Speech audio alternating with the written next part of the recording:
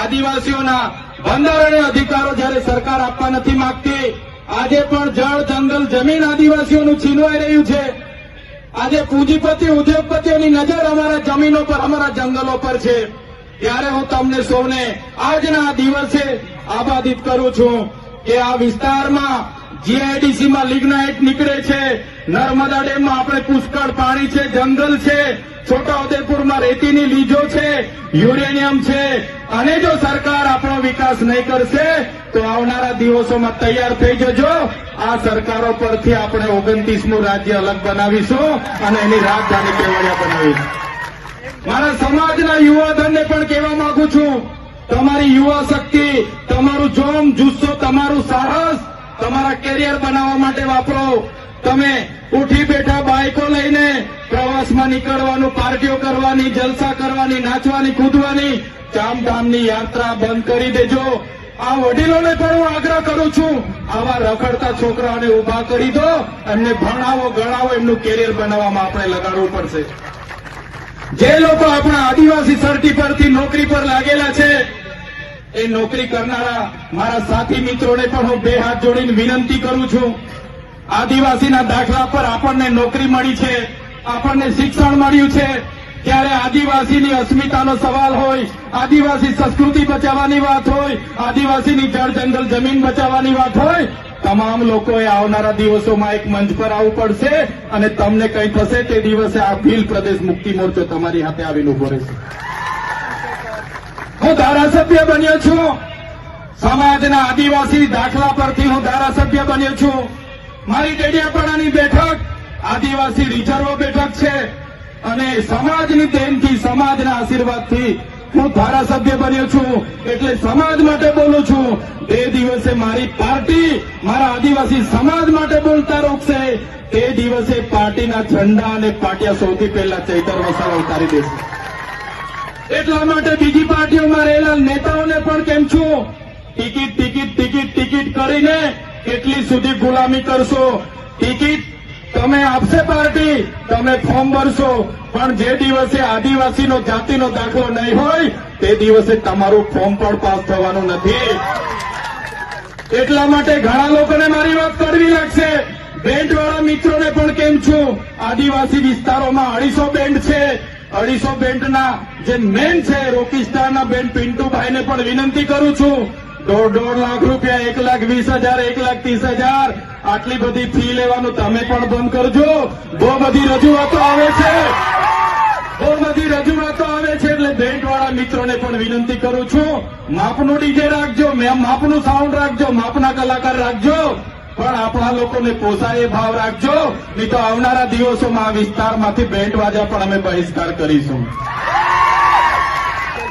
મારા યુવાન મિત્રો, 11 વાગ્યાથી નાચવા પડો છો, 5 વાગ્યા સુધી નાચો છો, કૂદો છો. કુદરતની દેન છે આદિવાસીઓ પર. આખી રાત નાચશે પછી પણ થાકશે નહીં. પણ નાચવાની સાથે સાથે તમારું લક્ષ્ય શું છે, તમારો ધ્યેય શું છે એ તમારે નક્કી કરવું પડશે. અને અહીંયા વડીલો, માતા બહેનોને પણ વિનંતી કરું છું, તમારો છોકરો આઈફોન લઈ માગે, કેટીએમ લઈ માગે, R1 લઈ માગે, જે પણ લઈ માગે, એને તમે પહેલા ભણાવો, ગણાવો, એને એની કારકિર્દી બનાવો, પછી એને તમે તમારી બાઇક લઈ આપવાની, 4 વ્હીલ લઈ આપવાનું હોય તે કરજો. પણ આપણા બાળકોને શિક્ષિત કરવાની જવાબદારી આપણી બધાની છે. આદિવાસીઓના બંધારણીય અધિકારો જ્યારે સરકાર આપવા નથી માંગતી, આજે પણ જળ, જંગલ, જમીન આદિવાસીઓનું છીનવાઈ રહ્યું છે. આજે પૂંજીપતિ, ઉદ્યોગપતિઓની નજર અમારા જમીનો પર, અમારા જંગલો પર છે. ત્યારે હું તમને સૌને આજના દિવસે આબાદિત કરું છું કે આ વિસ્તારમાં જીઆઈડીસીમાં લિગ્નાઇટ નીકળે છે, નર્મદા ડેમમાં આપણે પુષ્કળ પાણી છે, જંગલ છે, છોટાઉદેપુરમાં રેતીની લીજો છે, યુરેનિયમ છે. અને જો સરકાર આપણો વિકાસ નહીં કરશે તો આવનારા દિવસોમાં તૈયાર થઈ જજો. આ સરકારો પરથી આપણે 29મું રાજ્ય અલગ બનાવીશું અને એની રાજધાની કેવડિયા બનાવીશું. મારા સમાજના યુવાધનને પણ કહેવા માંગુ છું, તમારી યુવા શક્તિ, તમારું જોમ, જુસ્સો, તમારું સાહસ તમારા કેરિયર બનાવવા માટે વાપરો. તમે ઉઠી બેઠા બાઇકો લઈને પ્રવાસમાં નીકળવાનું, પાર્ટીઓ કરવાની, જલસા કરવાની, નાચવાની, કૂદવાની, ચામધામની યાત્રા બંધ કરી દેજો.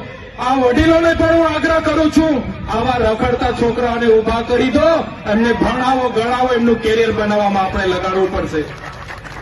જે લોકો આપણા આદિવાસી સર્ટી પરથી નોકરી પર લાગેલા છે, એ નોકરી કરનારા મારા સાથી મિત્રોને પણ હું બે હાથ જોડીને વિનંતી કરું છું. આદિવાસીના દાખલા પર આપણને નોકરી મળી છે, આપણને શિક્ષણ મળ્યું છે, ત્યારે આદિવાસીની અસ્મિતાનો સવાલ હોય, આદિવાસી સંસ્કૃતિ બચાવવાની વાત હોય, આદિવાસીની જળ જંગલ જમીન બચાવવાની વાત હોય, તમામ લોકોએ આવનારા દિવસોમાં એક મંચ પર આવવું પડશે અને તમને કંઈ થશે તે દિવસે આ ભીલ પ્રદેશ મુક્તિ મોરચો તમારી હાથે આવીને ઉભો રહેશે. હું ધારાસભ્ય બન્યો છું, સમાજના આદિવાસી દાખલા પરથી હું ધારાસભ્ય બન્યો છું. મારી ડેડિયાપાડાની બેઠક આદિવાસી રિઝર્વ બેઠક છે અને સમાજની દેનથી, સમાજના આશીર્વાદથી હું ધારાસભ્ય બન્યો છું. એટલે સમાજ માટે બોલું છું. તે દિવસે મારી પાર્ટી મારા આદિવાસી સમાજ માટે બોલતા રોકશે, તે દિવસે પાર્ટીના ઝંડા અને પાટિયા સૌથી પહેલા ચૈતર વસાવા ઉતારી દેશે. એટલા માટે બીજી પાર્ટીઓમાં રહેલા નેતાઓને પણ કેમ છું, ટિકિટ ટિકિટ ટિકિટ ટિકિટ કરીને કેટલી સુધી ગુલામી કરશો? ટિકિટ તમે આપશે પાર્ટી, તમે ફોર્મ ભરશો, પણ જે દિવસે આદિવાસીનો જાતિનો દાખલો નહીં હોય તે દિવસે તમારું ફોર્મ પણ પાસ થવાનું નથી. એટલા માટે ઘણા લોકોને મારી વાત કરવી લાગશે. બેન્ડવાળા મિત્રોને પણ કેમ છું, આદિવાસી વિસ્તારોમાં 250 બેન્ડ છે. 250 બેન્ડના જે મેન છે રોકીસ્ટારના બેન્ડ પિન્ટુભાઈને પણ વિનંતી કરું છું, 1.5 લાખ રૂપિયા, 1,20,000, 1,30,000 આટલી બધી ફી લેવાનું તમે પણ બંધ કરજો. બહુ બધી રજૂઆતો આવે છે,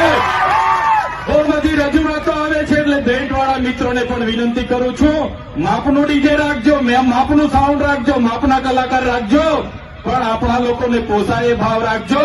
નહીં તો આવનારા દિવસોમાં આ વિસ્તારમાંથી બેન્ડ વાજા પણ અમે બહિષ્કાર કરીશું. મારા યુવાન મિત્રો, 11 વાગ્યાથી નાચવા પડો છો, 5 વાગ્યા સુધી નાચો છો, કૂદો છો. કુદરતની દેન છે આદિવાસીઓ પર. આખી રાત નાચશે પછી પણ થાકશે નહીં. પણ નાચવાની સાથે સાથે તમારું લક્ષ્ય શું છે, તમારો ધ્યેય શું છે, એ તમારે નક્કી કરવું પડશે.